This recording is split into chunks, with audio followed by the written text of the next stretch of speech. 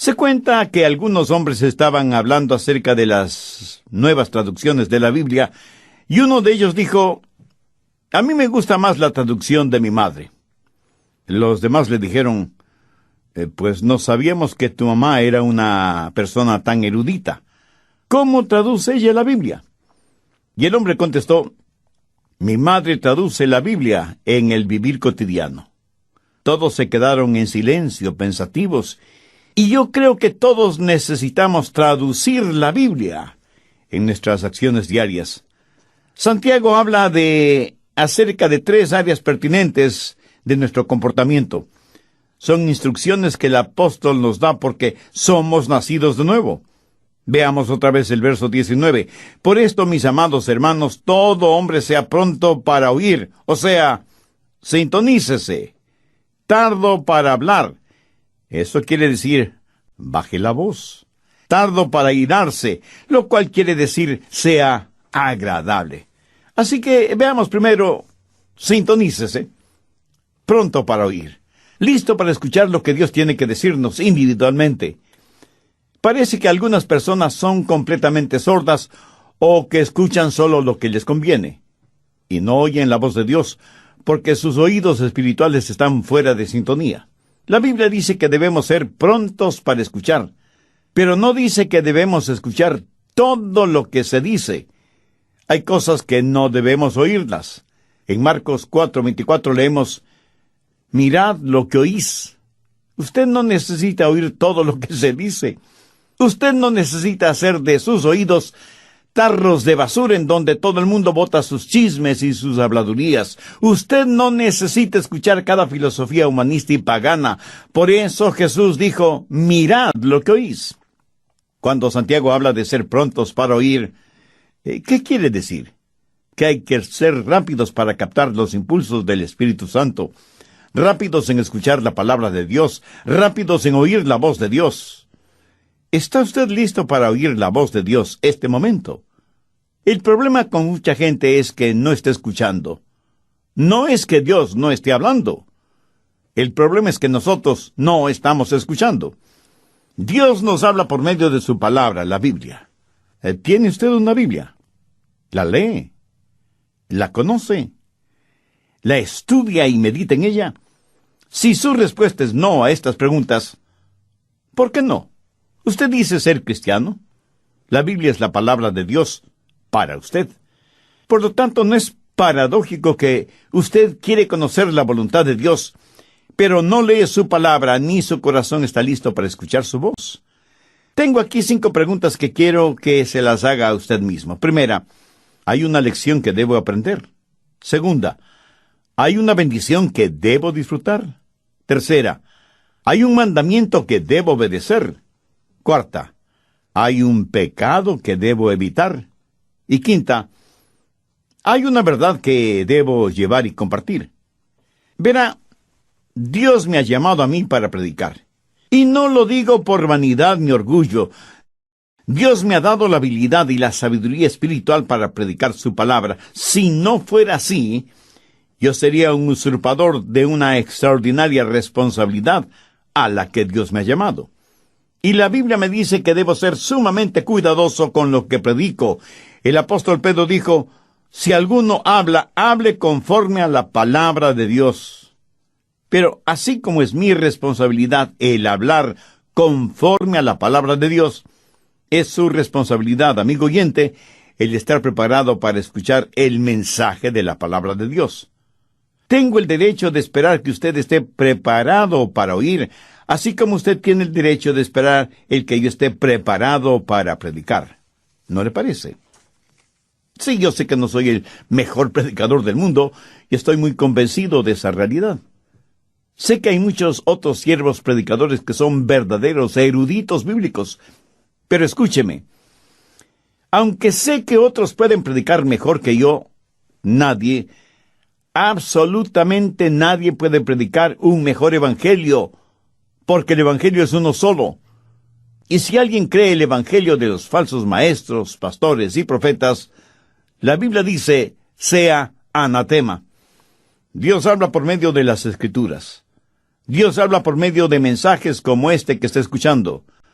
Dios habla por medio de su Espíritu Santo. Por eso la Biblia dice, el que tenga oídos para oír, oiga. Muchos no han aprendido a estar quietos y a escuchar lo que Dios diga en los momentos de meditación, de devociones personales. Ahora tengo una advertencia. Cuando usted tiene realmente su momento devocional con Dios, el diablo le atacará con toda la artillería del infierno, porque él no quiere que usted tenga esa comunión espiritual, ese compañerismo íntimo con Dios. Él no quiere que usted aprenda a decir, habla, Señor, que tu siervo escucha. ¿Le gusta a usted conversar con alguien que acapara la conversación? Muchos de nosotros somos egoístas cuando se trata de la oración.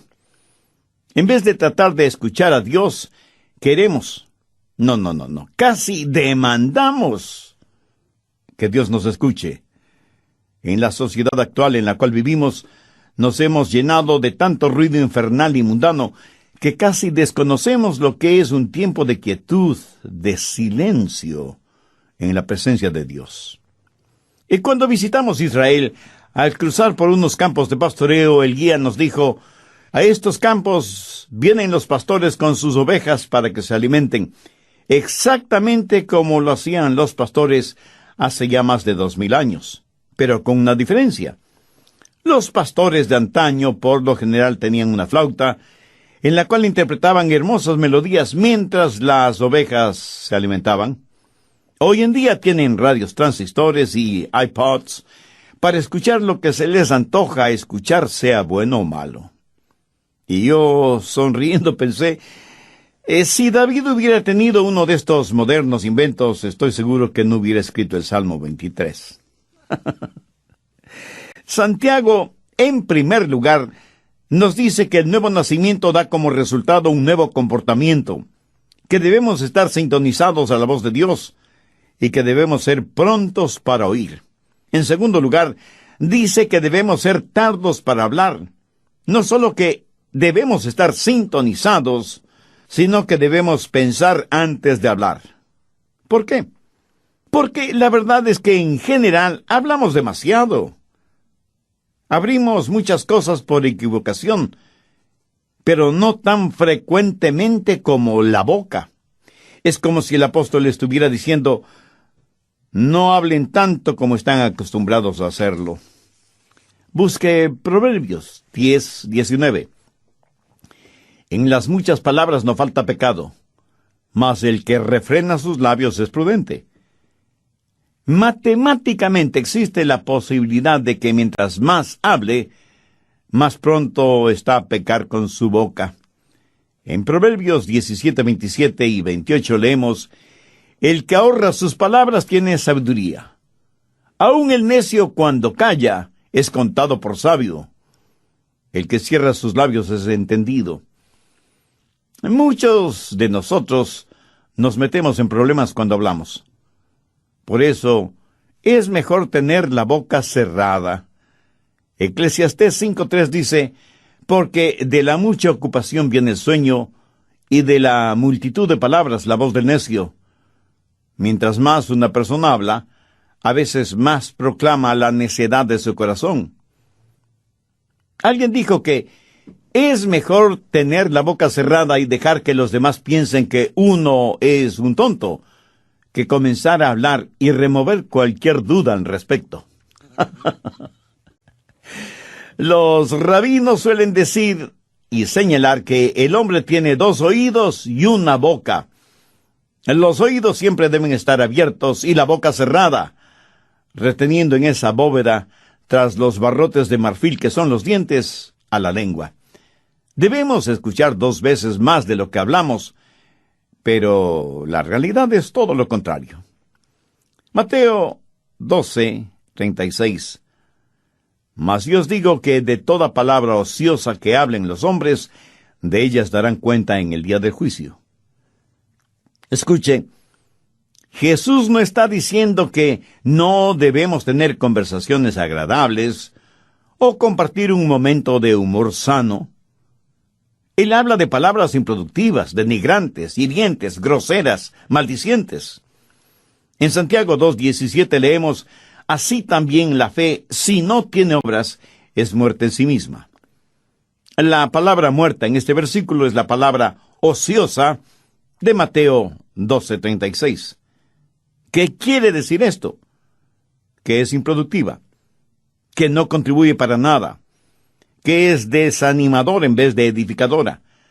Prácticamente lo que Jesús dice es que si las palabras que decimos no ayudan, no edifican, sino que más bien son destructivas, y que de cada una de esas palabras daremos cuenta en el día del juicio. Aún el humor adecuado puede ser usado para romper el hielo en cualquier reunión, y puede ser agradablemente beneficioso. Pero el humor usado como burla o sarcasmo es denigrante.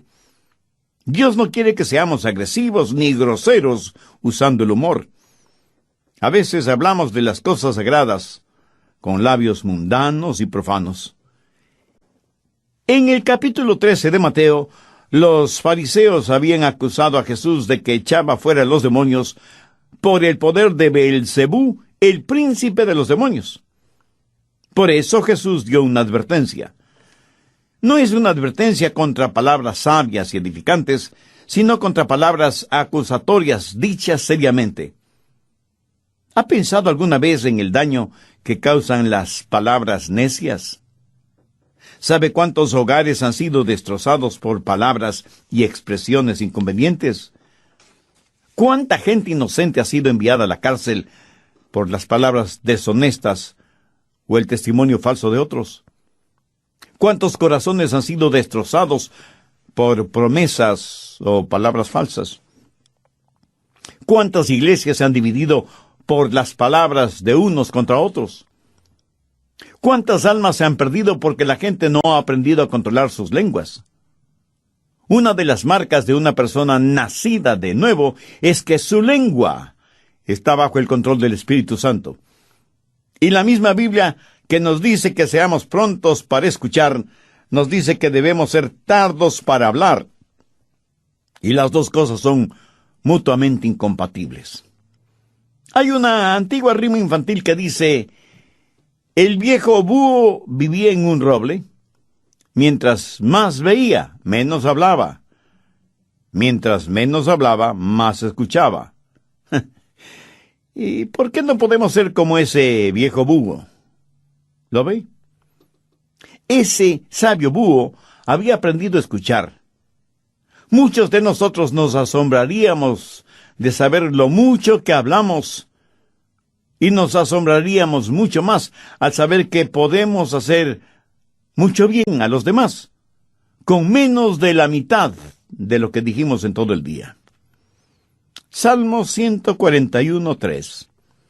Pon guarda a mi boca, oh Jehová, guarda la puerta de mis labios. Esta es una sabia manera de pedir ayuda a Dios para controlar sus palabras, de estar consciente de las cosas que dice. Entonces, Santiago hace énfasis en que las marcas de un nuevo cristiano son, primero, el que haya nacido de nuevo; segundo, que sea pronto para escuchar; y tercero, que sea tardo para hablar y para irarse. No solo debe estar en sintonía y bajar la voz, sino que debe ser agradable. Y el ser agradable no es más que la suma, el amalgamiento de las dos primeras características. Cuando una persona comienza a escuchar más y hablar menos, afecta su temperamento porque aprende a controlar su corazón. Porque cuando sus pensamientos son controlados y su lengua es controlada, entonces su temperamento es controlado. Por eso Santiago dice que debemos ser lentos para la ira. Tal vez los jovencitos modernos no sepan lo que ira significa. Sencillamente significa perder control de su temperamento. Por eso la advertencia de ser lentos para irarse. Nunca debemos perder nuestro temperamento. Pero ¿sabe una cosa? En verdad no es que perdemos nuestro temperamento. Más bien, lo encontramos. La Biblia nos dice que nunca debemos enojarnos. Y quiero que entienda esto muy claramente. Veamos lo que dice Efesios 4:26. Airaos, pero no pequéis. Es pecado cuando su enojo se transforma en ira. Jesús se enojó, pero no pecó. Algunos piensan que Jesús nunca se enojó. Algunos piensan de él como si hubiera sido un robot espiritual, con leche en vez de sangre en sus venas. Jesús, el Dios hombre y el hombre Dios, se enojó. Busque Marcos 3:5. Entonces, mirándoles alrededor con enojo, entristecido por la dureza de sus corazones, dijo al hombre: extiende tu mano. Y él la extendió, y la mano le fue restaurada, sana. ¿Lo notó? Lo que enojó a Jesús fue la dureza del corazón de ellos frente al dolor y la necesidad de otros seres humanos. Ahora escúcheme muy atentamente. Algo no está bien con usted si es que algunas cosas no le enojan. Pero tenga cuidado. La Biblia dice, airaos, pero no pequéis. Y el apóstol Santiago dice que debemos ser lentos para la ira, porque en general es muy fácil para nosotros el hacer desaparecer los límites de una indignación justa con nuestras irritaciones personales. Recuerde que la ira de los hombres no obra la justicia de Dios, porque nuestras iras son irracionales, y aquello que es irracional no puede jamás ser justo. Solo Dios es justo. Su justicia demanda el castigo de nuestros pecados, pero su amor nos redime y protege. Somos criaturas que todo lo racionalizamos. A nuestros viles temperamentos los llamamos indignación santa. ¿Sabía que usted puede ser bueno y malo, malo y bueno al mismo tiempo? Veamos esto de bueno y malo.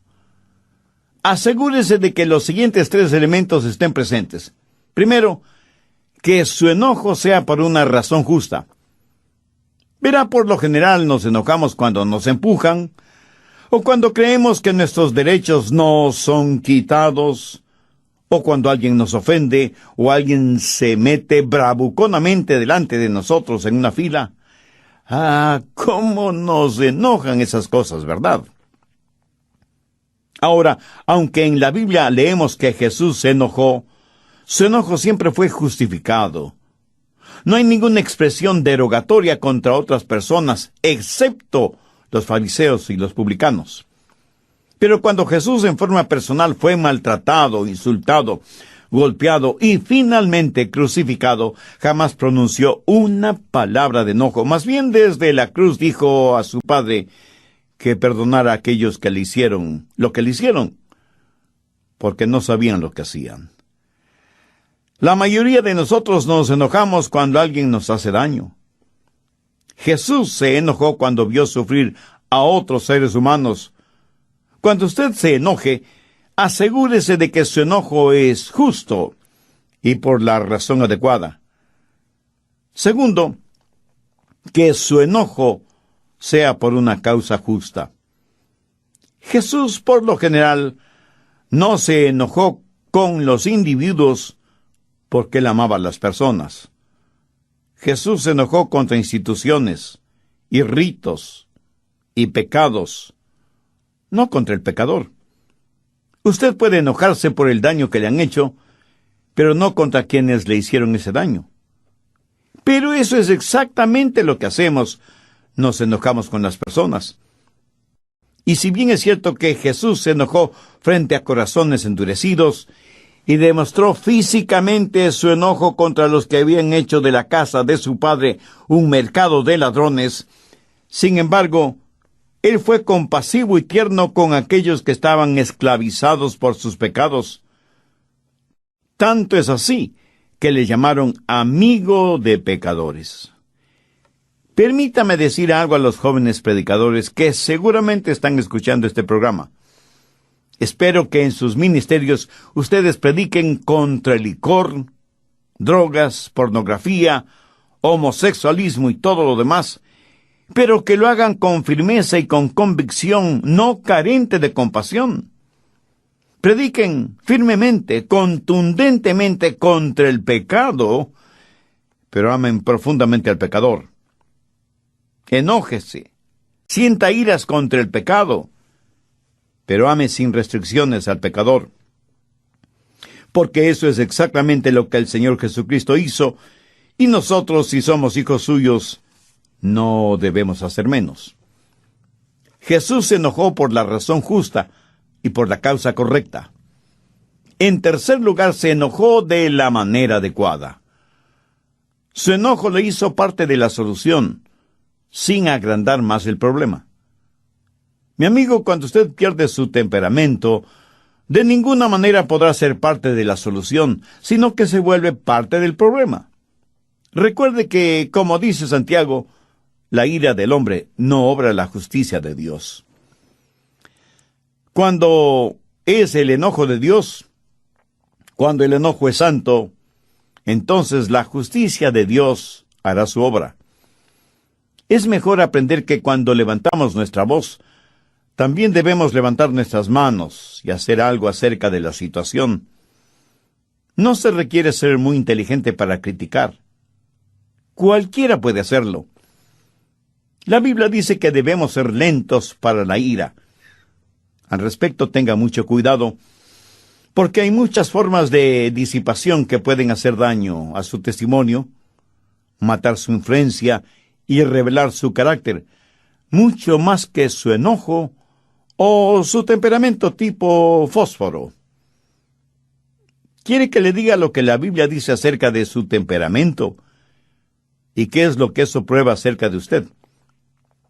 Si usted tiene un fusible cortito, si usted es la clase de persona que explosiona por cualquier cosita, primero, usted es una persona que tiene una mente necia. Busque Eclesiastés 7:9. No te apresures en tu espíritu a enojarte, porque el enojo reposa en el seno de los necios.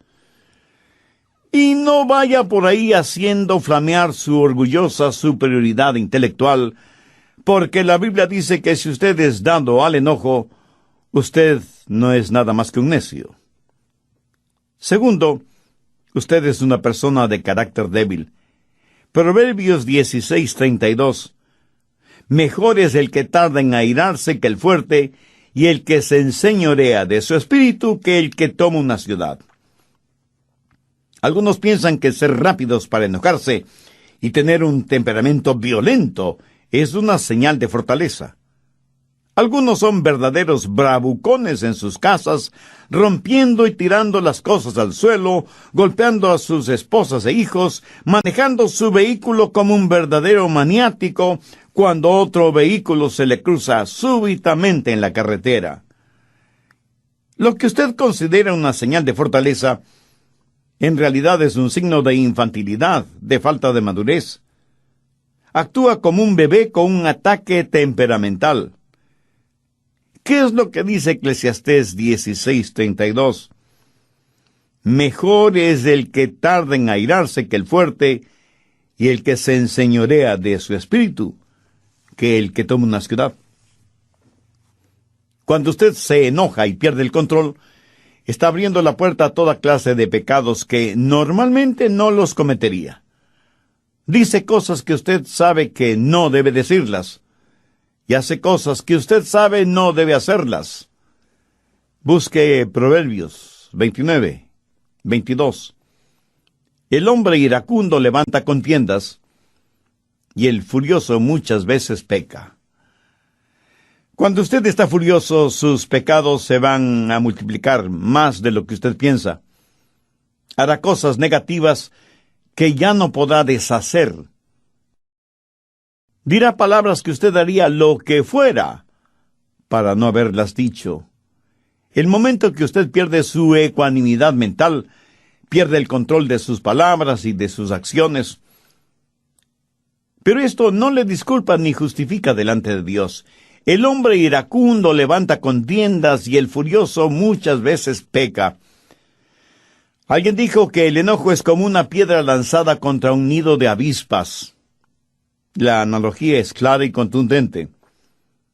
sea iracundo y furioso, y se verá atacado por toda clase de pecados o transgresiones.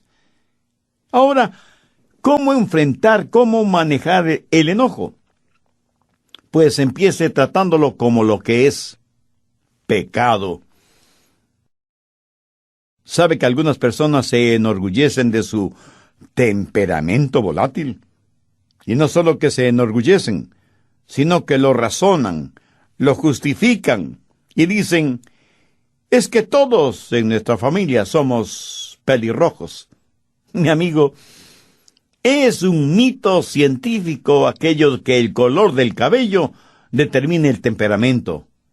Otros, en cambio, dicen: mi carácter es hereditario, lo temperamental lo heredé de mi padre. Eso puede ser cierto si es que su padre es el diablo.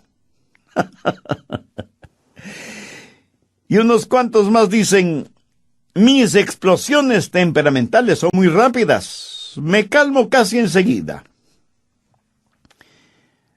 Un hombre con una subametralladora dispara indiscriminadamente contra una multitud. Ese acto dura solo unos segundos, pero ha dejado muertos y heridos.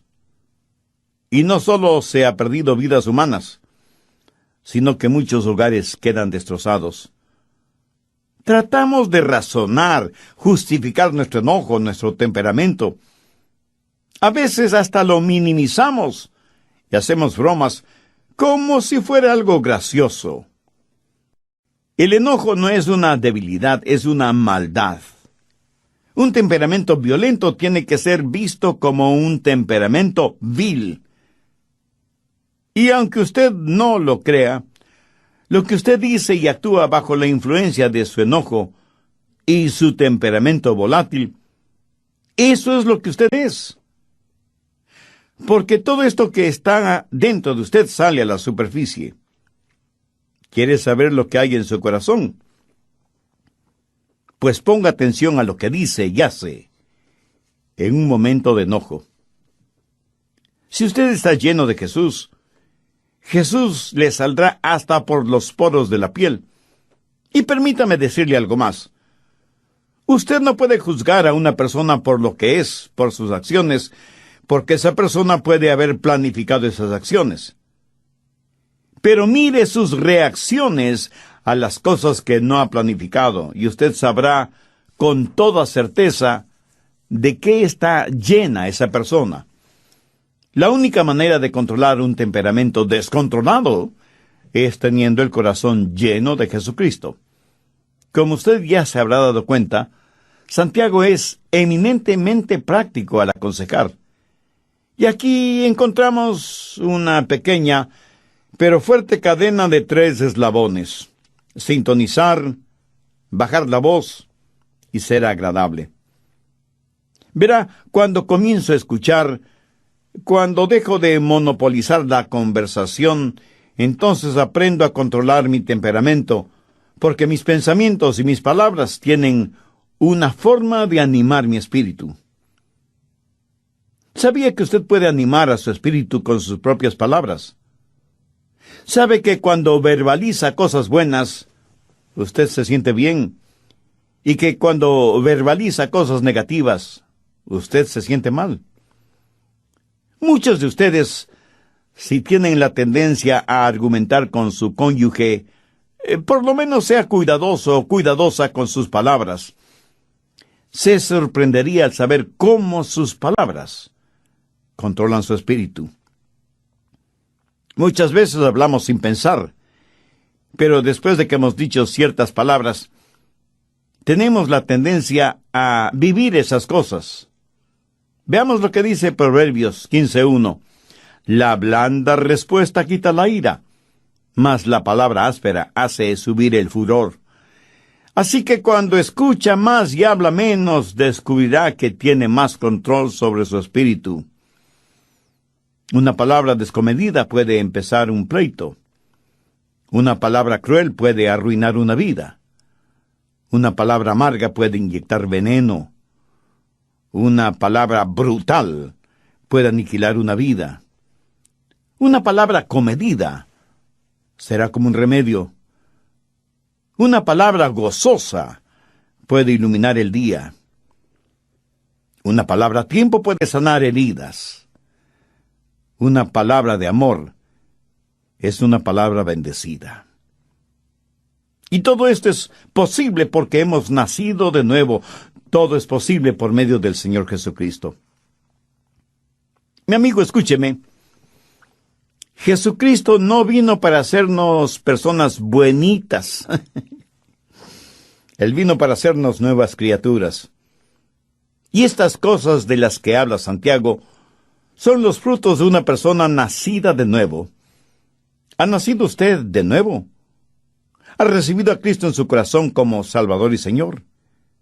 El que usted trate de controlar por usted mismo su temperamento es como si usted estuviera tratando de controlar un barril de pólvora en el infierno, o como tratar de controlar su lengua con pegamento, o sus pensamientos sin el Espíritu Santo.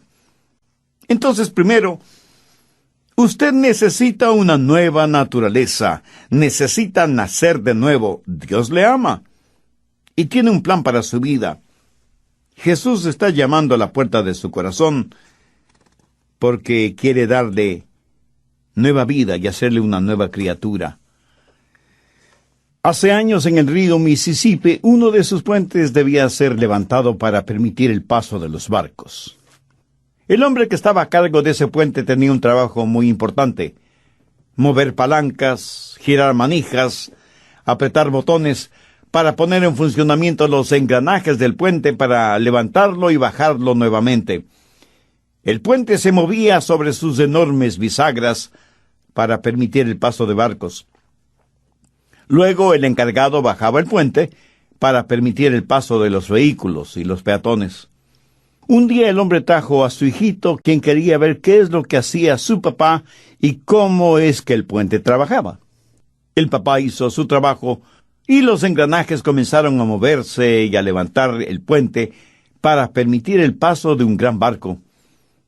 Luego tenía que bajarlo rápidamente porque se aproximaba un tren de pasajeros. Pero cuando el puente estaba bajando, su hijito cayó a las aguas del río. El niño gritaba pidiendo que su papá le ayudara. El hombre sabía que no podía abandonar su puesto de trabajo, ni mucho menos los controles del puente. Si lo hacía así, el tren de pasajeros que se acercaba se descarrilaría y se hundiría en el río con toda su carga humana, y cientos de personas morirían ahogadas y sepultadas en los vagones del tren. El hombre tuvo que tomar una decisión. Se quedó en los controles, bajando el puente para que el tren pudiera pasar con seguridad, mientras con el corazón destrozado veía a su pequeño hijo desaparecer en las aguas del río. Nunca encontraron el cadáver del niño. Y cuando escuché esta historia, pensé en todas las personas que estaban en el tren, que vieron al hombre manejando los controles del puente, que agitaron sus manos y le sonrieron, y que nunca supieron el precio que ese hombre tuvo que pagar para salvarles. Espero que usted no haga eso con Dios. Agitar la mano y sonreírle. Quiero que sepa que Dios puso a su Hijo Jesucristo en la cruz para que usted pueda cruzar con seguridad de la tierra al cielo. Quiero que sepa que Dios ama de tal manera al mundo, y aquí estamos usted y yo incluidos, que dio a su Hijo unigénito para que pagara el precio de la culpa de sus pecados. No los de Jesús, porque Él nunca pecó, sino sus pecados. Para que usted sea salvo, si deposita su fe y su confianza en Él. Dios le ama y quiere salvarle, y por eso le ha permitido a usted escuchar este mensaje, y a mí me ha permitido el comunicárselo. Si usted recibe al Señor Jesucristo como su Salvador,